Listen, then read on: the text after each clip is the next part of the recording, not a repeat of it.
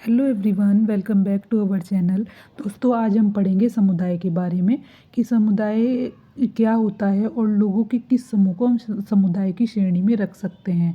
तो समुदाय का मतलब जो होता है वो होता है कि व्यक्तियों का एक ऐसा समूह जो कि एक निश्चित भूभाग पर रहता हो और जिन लोगों के बीच आपसी जो सहयोग हो वो ऐसा हो कि वो एक दूसरे के सुख दुख में भाग लेते हों और उनका जीवन जीने का ढंग और किसी चीज़ को देखने का ढंग लगभग एक जैसा होता है और जो कि एक सामान्य संस्कृति मतलब एक जैसी संस्कृति को फॉलो करते हों, तो हम उसे एक समुदाय की श्रेणी में रखते हैं। तो समुदाय का जो सबसे बेस्ट एग्जाम्पल है वो है गांव, क्योंकि गांव के जो लोग होते हैं उनका जीवन जीने का ढंग लगभग सबका एक ही जैसा होता है और वो एक निश्चित भूभाग पर रहते हैं, ना कि हर दिन जो होता है उनका भूभाग चेंज होता है और उसमें एक लंबे टाइम में ही कुछ चेंजेस आपको देखने को मिलेंगे। तो समुदाय का जो सबसे बेहतर एग्जाम्पल है वो गांव है। तो समुदाय जो है वो दो शब्दों से मिलकर बना है, जिसमें पहला शब्द जो है ये कम्युनिटी जो शब्द है वो लैटिन भाषा से लिया गया है और जो कि कॉम और म्यूनिस से मिलकर बना है। कॉम का अर्थ है साथ साथ और म्यूनिस का अर्थ है सेवा करना। तो कम्युनिटी का जो मतलब है वो है साथ साथ मिलकर सेवा करने से है।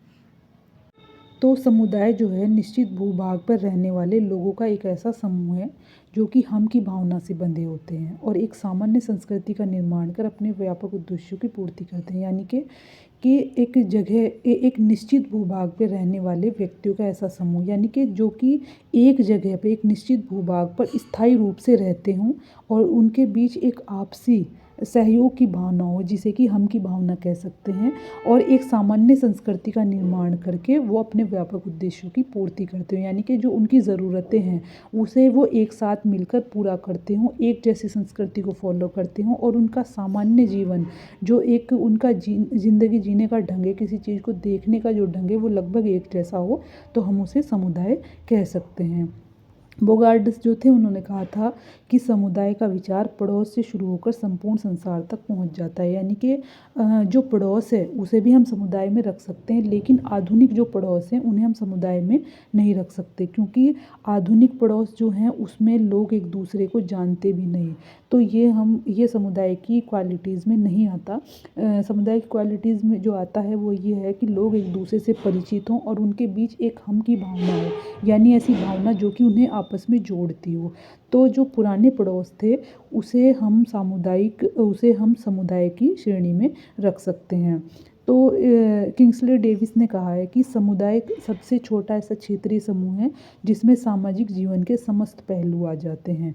यानी कि समुदाय जो है जीवन जीने का ऐसा क्षेत्रीय समूह है जिसमें कि सामाजिक जीवन के, यानी कि समाज के लिए, सामाजिक जीवन के लिए जिन क्वालिटीज़ की ज़रूरत होती है वो सब आपको समुदाय में देखने को मिलती है। तो सामाजिक जीवन के समस्त पहलू आपको समुदाय में देखने को मिलेंगे।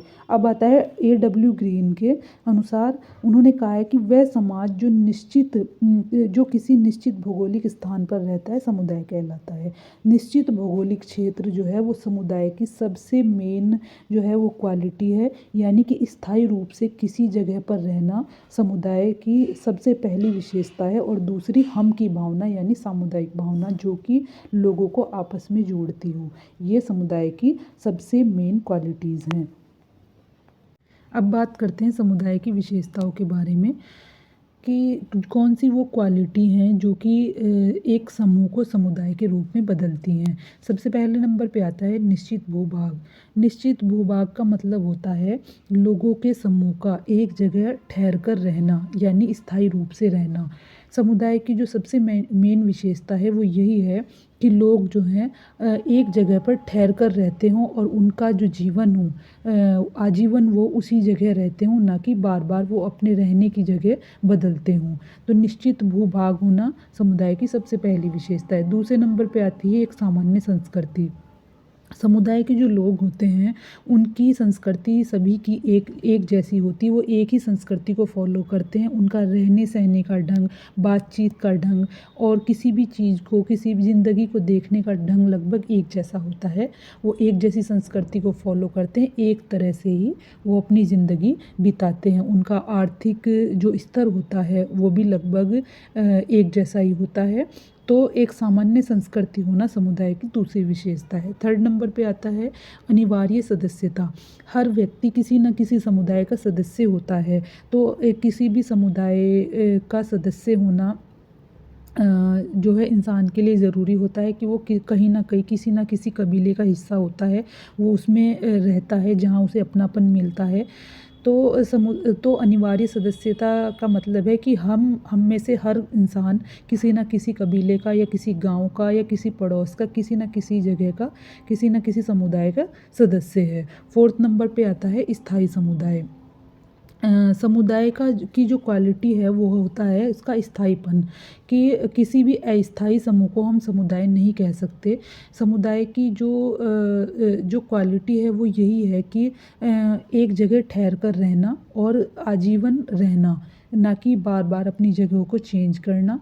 तो स्थायी होना ही समुदाय की अपनी विशेषता है। फिफ्थ नंबर पे आता है हम की भावना। हम की भावना या सामुदायिक भावना का मतलब होता है कि अपनेपन की एक ऐसी भावना जो कि लोगों को आपस में जोड़ती है, जिसके ज़रिए वो एक दूसरे के सुख दुख को अपना सुख दुख समझते हैं, एक दूसरे के सुख दुख में भाग लेते हैं और जब भी ज़रूरत पड़े वो अपना सहयोग देते हैं। तो ये हम की भावना ही वो उसकी समुदाय की ऐसी विशेषता है जो कि वो एक समुदाय को एक ऐसा कबीला बनाती है, एक ऐसी जगह बनाती है जहाँ की लोग अपने सुख दुख को भी भूल जाते हैं। सिक्स नंबर पे आता है मूर्त समुदाय। मूर्त का मतलब होता है हर वो चीज़ जो कि दिखाई दे। तो समुदाय चूँकि लोगों का समूह है तो इसलिए ये मूर्त होता है। सेवन्थ नंबर पे आता है व्यक्तियों का समूह। समुदाय जो है व्यक्तियों का समूह है। एक ऐसा समूह जो कि एक साथ मिलकर रहते हैं और एक जैसा उनका ज़िंदगी जीने का ढंग होता है, रहने सहने का ढंग होता है, किसी चीज़ को देखने का ढंग एक जैसा होता है। तो ये व्यक्तियों का ऐसा समूह है जो एक जगह इकट्ठा होकर स्थायी रूप से रहते हैं। एट्थ नंबर पे आता है निश्चित नाम। हर समुदाय का एक निश्चित नाम होता है, ना कि हम किसी समुदाय को किसी दूसरे के समुदाय के नाम से पुकारने लगें। तो हर समुदाय अपना एक नाम लिए होता है जिसे कि उस समुदाय को पहचानने के लिए यूज़ किया जाता है। नाइन्थ नंबर पे आता है कि व्यापक उद्देश्यों की पूर्ति। समुदाय एक ऐसी जगह होती है, एक ऐसा कबीला या एक ऐसा रहने का स्थान है जहाँ की इंसान की ज़्यादातर जो ज़रूरतें हैं, ज़्यादातर जो उद्देश्य हैं उनकी पूर्ति होती है। जब हम कहीं अस्थायी रूप से रहते हैं तब हम अपने आप को सही से एक्सप्रेस भी नहीं कर पाते, लेकिन जिस समूह का हम जन्म से हिस्सा रहे होते हैं वहाँ हम अपनी सभी बातों को, सभी जो हम महसूस करते हैं, जो कि हम जी रहे हैं, हम सब बातों को कहने में समर्थ होते हैं।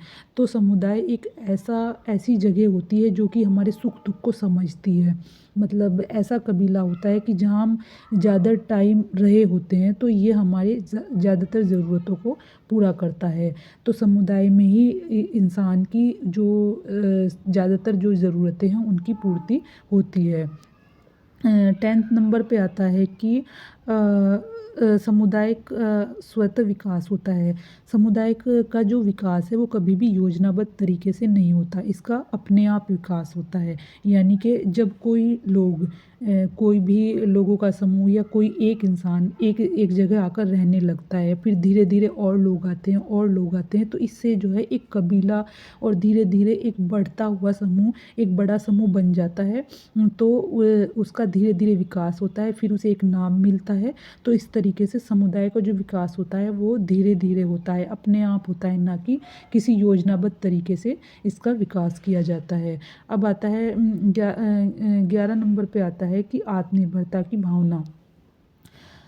समुदाय को हम एक तरह से आत्मनिर्भर कबीला कह सकते हैं। जैसे कि गांव है, समुदाय का सबसे बेहतर जो एग्जाम्पल है वो गांव है। तो उसमें आप देख सकते हैं कि सभी तरह के लोग रहते हैं और आपस में जो अपनी ज़रूरतें हैं उनको पूरा करते हैं। उनमें एक आत्मनिर्भरता देखने को मिलती है। वो दूसरे लोगों पर कम डिपेंड होते हैं। अपनी ज़रूरतों को आपस में ही वो पूरा करने की कोशिश करते हैं। तो उसमें इसी तरह एक जनजातीय जो समूह होता है वो भी एक आत्मनिर्भर कबीला ही कहा जा सकता है। उसे भी एक समुदाय कहा जा सकता है, क्योंकि वो भी अपनी ज़रूरतों को अपने आप ही पूरा करने की कोशिश करते हैं। वो किसी भी बाहरी दुनिया से कोई कॉन्टैक्ट नहीं रखते और अपनी ज़रूरतों को कोशिश ये करते हैं कि वो ज़्यादातर चीज़ों को अपने आप ही पूरा करें, ताकि उन्हें बाहरी जो समूह है उनसे कोई कॉन्टैक्ट ना रखना पड़े। तो एक आत्मनिर्भरता जो है हर समुदाय में देखने को मिलती है। 12वें नंबर पे आता है कि ऐतिहासिक विरासत। हर समुदाय की एक विरासत होती है। क्यों? क्योंकि समुदाय जो है लंबे समय से चला आ रहा होता है, ना कि कुछ टाइम के लिए बसा और फिर जो है वो अस्थायी हो गया या हट गया वहाँ से। ऐसा नहीं होता। समुदाय की जो विशेषता होती है वो स्थायीपन होता है, यानी लंबे समय तक लोग एक जगह रह रहे हैं और उनकी लंबी लंबी जो एक उनका इतिहास होता है, एक विरासत होती है, क्योंकि लोग एक जगह ठहर कर रह रहे होते हैं। तो हर समुदाय की एक ऐतिहासिक विरासत होती है कि वो कैसे बना और उसके उसके विकास में किस किस तरह की जो उतार चढ़ाव थे वो आए। तो हर समुदाय की अपनी एक विरासत होती है और उस विरासत को वो लोग जानते हैं जो कि उस समुदाय का हिस्सा रहे होते हैं। तो ये थे समुदाय के क्या अर्थ और परिभाषा और उसकी विशेषताएं। आई होप आपको समझ आ गया होगा। Thank you for watching my video.